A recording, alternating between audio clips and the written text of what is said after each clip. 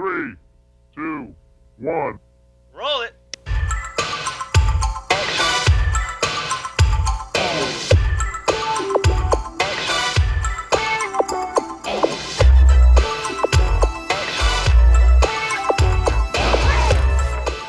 Hi, everybody, and welcome to Screen Scene. I'm Kathy Andrews. And hello, I'm Harold McCube. It was one of the defining moments of his incredible boxing career. The champ, Muhammad Ali, beats George Foreman and recaptures his heavyweight championship after it was stripped away. The fight came to be known as the Rumble in the Jungle. And now the incredible story has been made into a movie called When We Were Kings. We went to the all-star premiere in New York City last night. Doing it to death.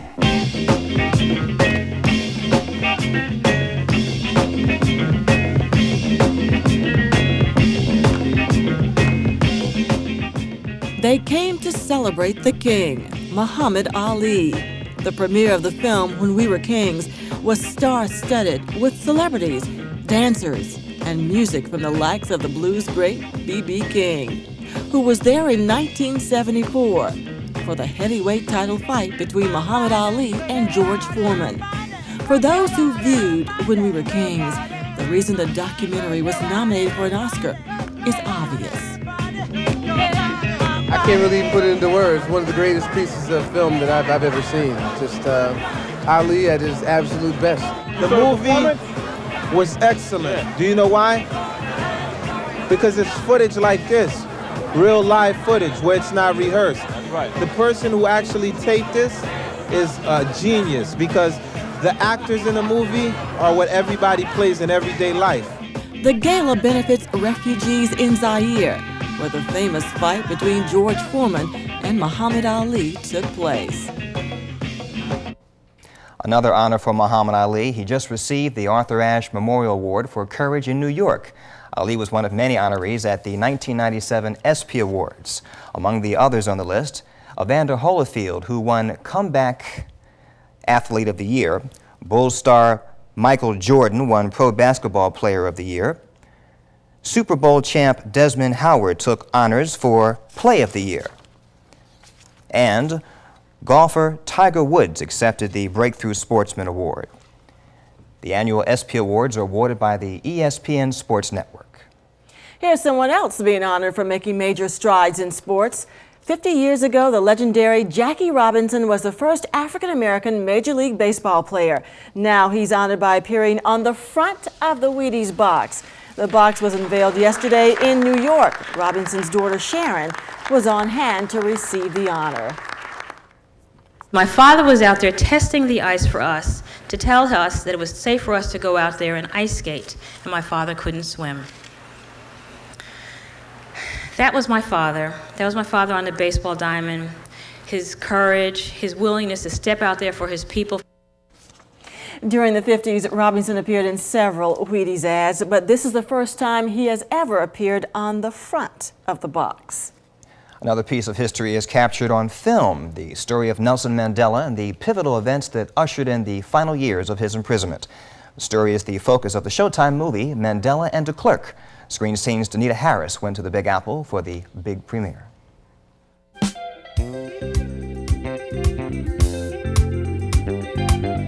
Alice Tully Hall at Lincoln Center was the site for the world premiere of Showtime's Mandela and de Klerk, which stars Sidney Poitier, Michael Caine, and Tina Lifford. And everyone was anxiously waiting to see this powerful story of two men who changed a nation. We're delighted to be kicking off Black History Month with the premiere of Mandela and de Klerk here at Lincoln Center. This has been an amazing project for us, working with Sidney Poitier and Michael Caine, chronicling the latter years of one of this century's great political and social figures. I love doing films about things I don't understand, and I couldn't understand how a man could be in jail for 28 years and not come out bitter and angry and destructive.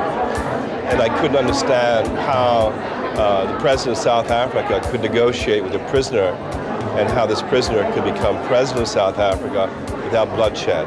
Seldom in the life of an actor will come an opportunity to play such an historical figure whose life unfolded in a remarkable country.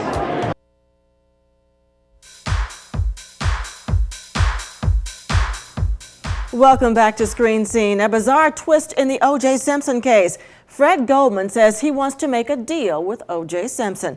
Goldman is offering to give up all claims to Simpson's reported millions, but that's only if Simpson confesses to murdering his son Ron Goldman and his ex-wife Nicole Brown Simpson. Goldman wants the confession to be signed and released to the media. Neither Simpson or his attorneys have responded to today's offer. Actor Don Franklin saved the Old West and the Young Riders and performed underwater rescue in Sequest. Now there's pressure to save us all from the asteroid. Paula Bond explains. NBC plans to cash in on the new Hollywood space age with their miniseries Asteroid. The film stars Anne Marie Johnson and versatile actor Don Franklin as a heroic Kansas City firefighter. Take the kids in the basement. You know how to use the portable generator. There's plenty of food and water. Why can't they send someone else? You belong here with us. Honey, I can't stay here. This is my job. This is what I do. It was tough. Had a lot of fires, of course, dealing with asteroids and me playing a firefighter. A lot of fire, a lot of smoke, a lot of special effects. I mean, you'll see floods, and there's scenes where I'm holding on in the back of a truck and we're trying to outrun this wall of fire. I mean,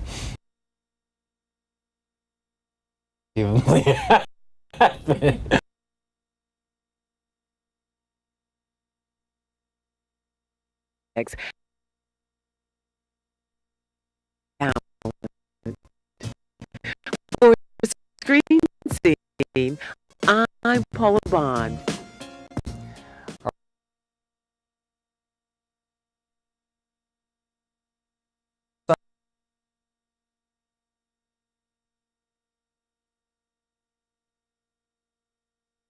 Robert Townsend is invited to a Peabo Bryson concert. He imagines himself upstairs. The show. The Parenthood airs Sunday, February 16th at 8 p.m. Eastern Time on the Warner Brothers Network. The Stars will turn out full force in Westwood, California tonight to attend the World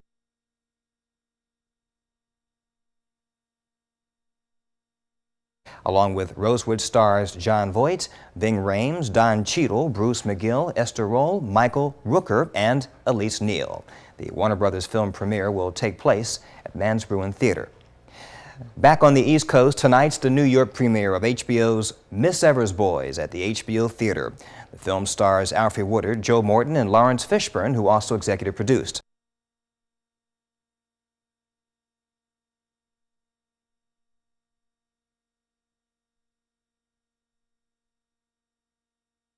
Okay, you've heard who won what at the NAACP Image Awards, but I've got the backstage juicy. Get this, the morning of the show, the LA chapter of the NAACP came forth and denounced a lot of the black TV shows, saying they were derogatory toward black people. I understand that the national chapter was not happy with that because that attitude doesn't necessarily represent the entire attitude of the NAACP. Some of the shows they dogged include Homeboys in Outer Space, The Jamie Foxx Show, and Martin. Also that night at the show, there was an announcer on hand to announce everyone as they got out of their limos. Here comes Rosa Parks, and the announcer's like, who is that? He didn't know who she was. Someone said, that's Rosa Parks. He said, who? You know, Rosa Parks, the lady who wouldn't give up her seat on the bus. He looked and he was like, well, it must be a... Patti LaBelle are hosting the Image Awards. Well, Patti will be the first to tell you that she's in rare form on that night. She kept messing up. The stage director kept correcting her, and Patti got so upset that she took 20 minutes to tell that stage manager off. I doubt you'll see that on February 27th when the Image Awards actually airs, but it's going to be a good show, so check it out. Live from Hollywood, if there's a leak, it must be Angelique. Back to you guys. Well, let's see. She never had a problem expressing herself before. No, she should not. I would have liked to be a fly on the wall when Patti went off. Listen, sometimes you just have to get it out of your system. That's right. Just let it flow. And still to come on Screen Scene, we're going to let it flow from singing sensation to businesswoman details on Mariah Carey's new record label. Plus, Charlene Woodard has a great one-woman show off Broadway. We'll take you behind the scenes when Screen Scene comes right back.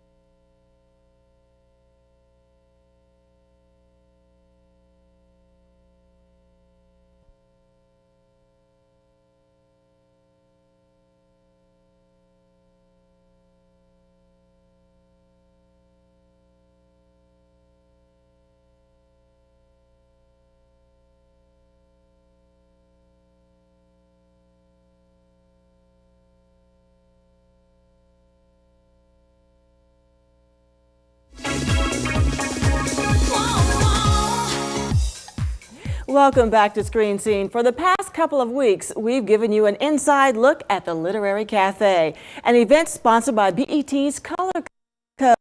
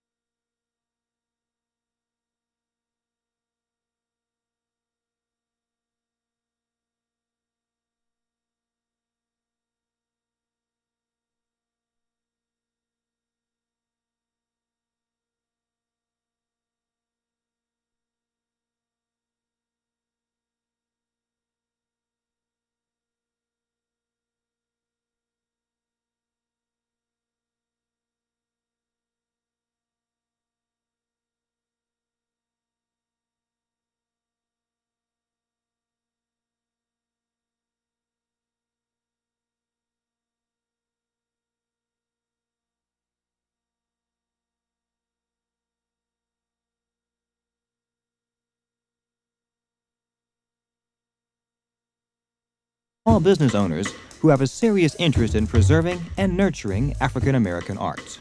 It's called Perspectives in African American Art, and they commission works of art from 6 artists nationwide, and then those works are then given to African American museums around the country, and they're also given a sum of money to help the museum. And the thing that really interested me about the whole program is they also give grants or fellowships to, I think, 5 younger artists, not so much younger in years, but younger in terms of career, that need help and are just starting out in their careers, to foster more interest in African American art and artists, which I think is great. Artist Terry Atkins' piece titled Flamingo was commissioned by Seagrams for the program. Atkins talked about the pluses the program has meant for him.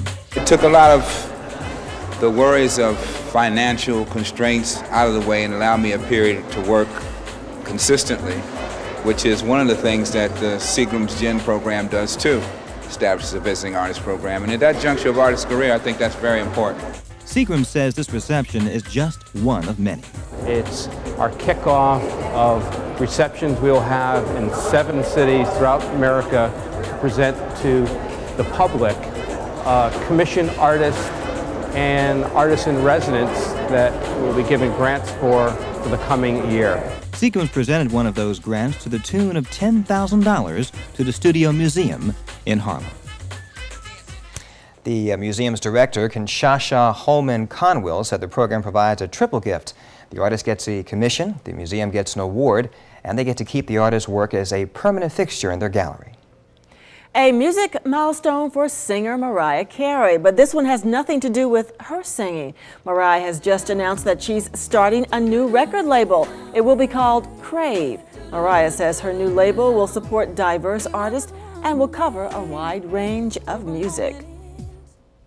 Here's someone who definitely promotes a positive image. Actor-writer Charlene Woodard has received rave reviews for her one-woman show off Broadway called Neat.